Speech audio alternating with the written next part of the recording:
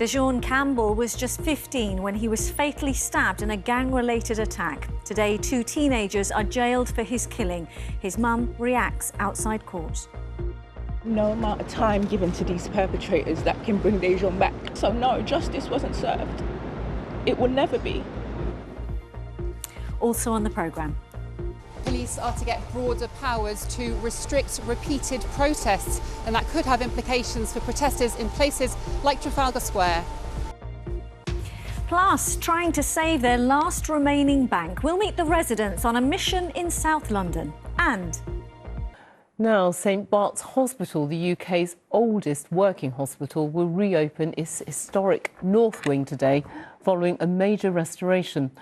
The wing, which was completed in 1732, has never been open to the public. It features a great hall and a grand staircase with priceless murals by the artist Hogarth. Haringey Council has been told it needs to make lasting changes after it admitted it had hundreds of unread welfare reports. More than 1,000 emails in its social work inbox were left unread, including 500 police reports. The council's apologised and accepted mistakes were made.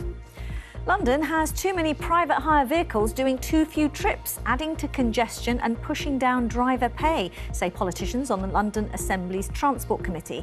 They say at the same time the number of black cab drivers has fallen by 1/3 in 10 years. TfL says the taxi trade and private hire industry was crucial to the success of the capital's transport network. And a new step-free entrance to the underground station at Battersea Power Station opened today, giving passengers a second fully accessible entrance for accessing Northern Line services. It has 2 escalators and a lift for a quicker and more direct access to the Riverside neighbourhood and to the High Street. The UK's first burns bus, based at Broomfield Hospital, has just marked its first 6 months on the job. It's an outreach service that provides treatment to patients across London and the east of England, often in supermarket car parks. It's part of St Andrew's Burn Centre in Chelmsford and means patients don't have to travel long distances.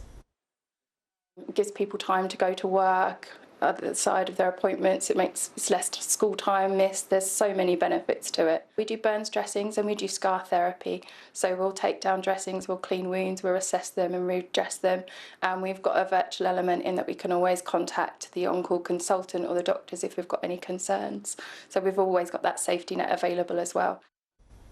Waltham Forest Council says it will need to make £15 million in cuts this year as financial challenges continue to worsen. Council tax in the borough went up by 4.99%, an average of £100 a year for Band D properties.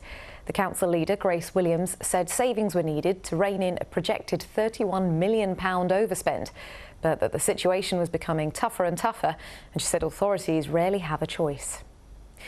The owner of one of London's busiest LGBTQ+ bars, which closed last night after 25 years, says more needs to be done to make Soho safer.